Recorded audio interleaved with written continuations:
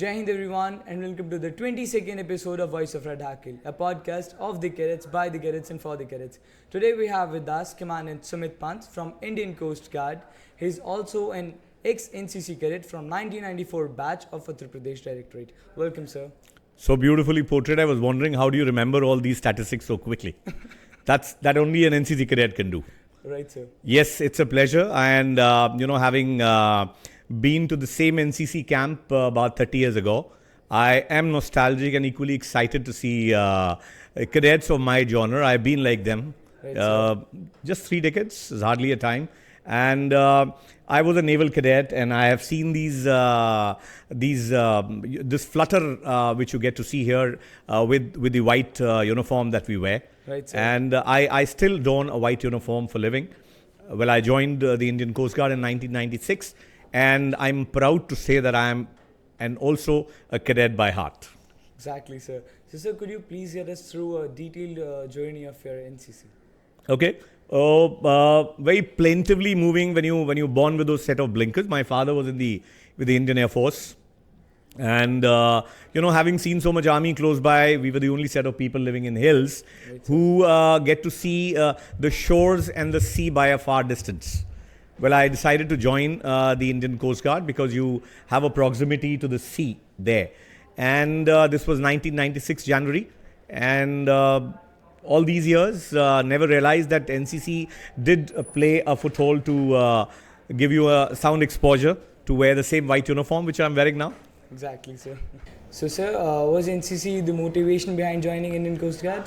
Certainly, yes. A seagoing career is all about being rooted into you from your college days. Trust me, this is the time where you're about to make up your mind as to what will I do thereafter. Right, sir. Had this not been the exposure or the orientation given by the NCC Naval Wing, trust me, I would have been reading and writing and doing something else otherwise. Exactly, sir.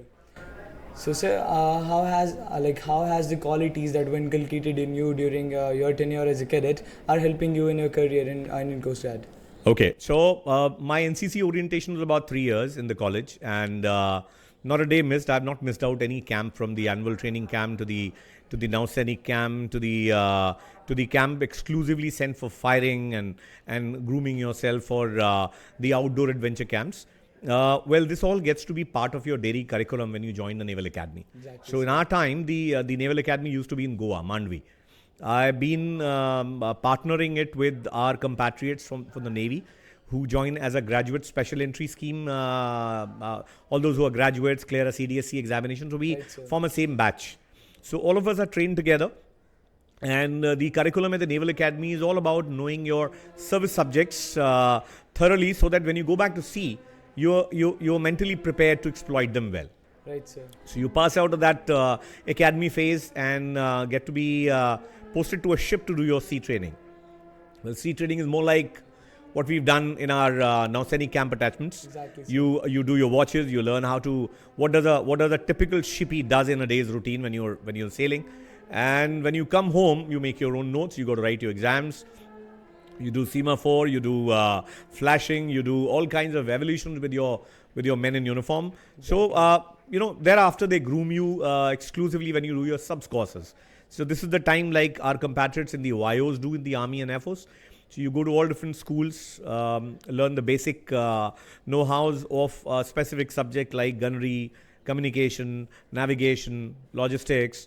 And then eventually, after completing your watchkeeping ticket, you're appointed to a ship as a full-fledged officer. Right, sir. Well, that's been a journey, and trust me, I've done it all, as I should say, as an NCC cadet, exposed to all these things, so they sounded rather easy. And then you develop a bonhomie and a bond with the cadets who already done NCC in their old time. So trust me, there's a leeway that you get in the academy. Exactly, people recognize you as an ex-NCC, or people who've been groomed in the the defense academy kind of a background, those Scenic school people, the Rimcolians, they know each other. So there's a very strong bonding in the academy itself with the background that you come from. Exactly. So NCC was my representative background. Exactly. That prior exposure was there. True.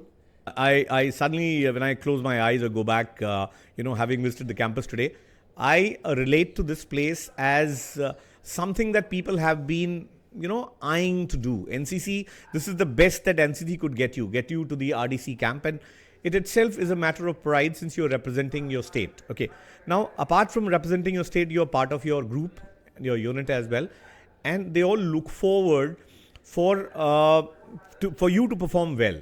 Right, sir. So I have been a part of a lot of teams together, apart from being part of the best cadet contingent, from there to ship modeling to describing a stone model of Sundar Dunga trek, which I was explaining, and then the flag area, of course.